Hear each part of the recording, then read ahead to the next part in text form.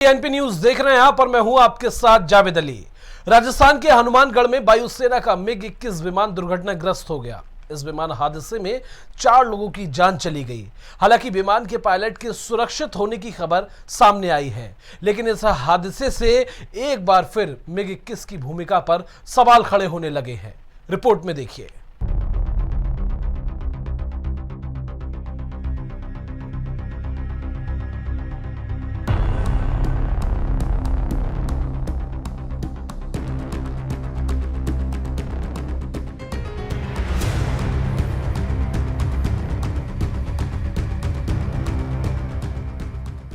राजस्थान में वायुसेना का मिग-21 विमान क्रैश हो गया। ये विमान हादसा हनुमानगढ़ गांव के बहलोल नगर में हुआ। सेना का ये विमान रिहायशी इलाके में एक मकान की छत पर गिरा, जिसमें 4 लोगों की मौत हो गई।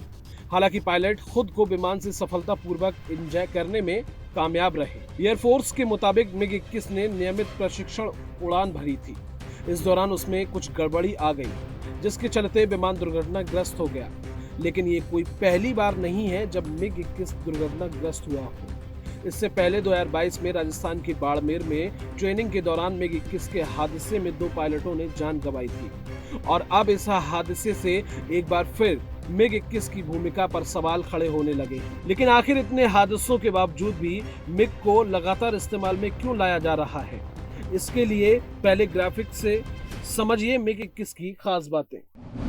सोवियत रूस में बनाया गया मिग-21, मिकोयान गुरेविच ने किया डिजाइन। 16 जून 1955 को भरी पहली उड़ान। मिग-21 सबसे तेज विमानों में शुमार। शीत युद्ध में हुआ मिग-21 का इस्तेमाल। अमेरिका को भी लगता था मिग-21 से डर। इसके अलावा अगर बात भारत की करें तो भारत की वायुसेना को सुपर पावर बनाने में मिग-21 ने अहम भूमिका निभाई थी। अब जरा भारत में मिग-21 की एंट्री कैसी हुई ये समझिए। 1963 में मिग-12 भारतीय वायुसेना में शामिल हुआ। HAL ने 1967 में उत्पादन किया शुरू। कारगिल की लड़ाई में निभाई अहम भूमिका।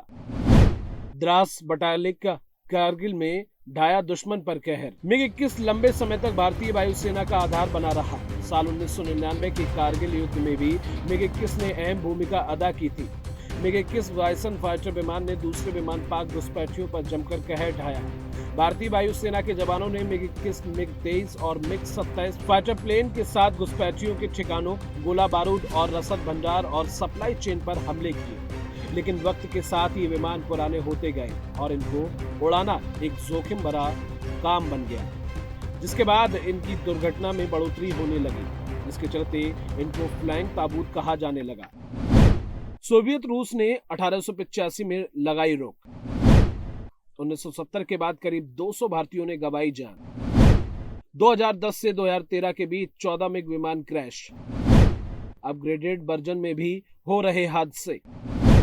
जानकार विमानों को रिटायर करने की दे रहे सलाह। इसमें कोई दो राय नहीं है कि इस विमान का प्रयोग 60 देशों ने किया है। ये वही विमान है जिसके माध्यम से विंग कमांडर अभिनंदन सिंह ने F-16 को मार गिराया था। मिग-21 ने सबसे ज्यादा लड़ाइयों में भाग लिया है। कई मौकों पर भारतीय वायुसेना इसी लड़ाकू विमान का प्रयोग करती है, जिसकी एक वजह इसकी मेंटेनेंस में आने वाले कम खर्च को माना जाता है। वक्त के साथ इसको मिग वाइसन से अपग्रेड कर दिया गया। आंकड़ों के मुताबिक 2018 तक वायुसेना के पास 120 मिग-21 विमान थे। इन विमानों की कीमत 117 करोड़ रुपए तक बताई जाती है। मिग की रफ्तार 2229 किलोमीटर प्रति घंटा है, जिसकी रेंज 644 किलोमीटर है। लेकिन अब ये विमान हवा में उड़ती मौत बन गए हैं। जानकर भले ही इनके अपग्रेडेड वर्जन की सराहना करें, लेकिन इनके इंजन पुराने ही हैं, जिसके चलते अब इन विमानों को रिटायर करने की मांग जोर पकड़ने लगी है। बहरहाल इन विमानों ने भले ही वायुसेना को मजबूती प्रदान की हो, लेकिन अब ये विमान सेना और उनके सैनिकों के लिए काल बन चुके हैं, जिसकी वजह से इतनी दुर्घटनाएं बढ़ गई हैं। अब देश में मिग-21 के 490 विमान दुर्घटनाग्रस्त या क्रैश हो चुके हैं, तो इस वक्त करीब 50 मिग-21 विमान सेवा में बने हुए हैं। Bureau report, TNP।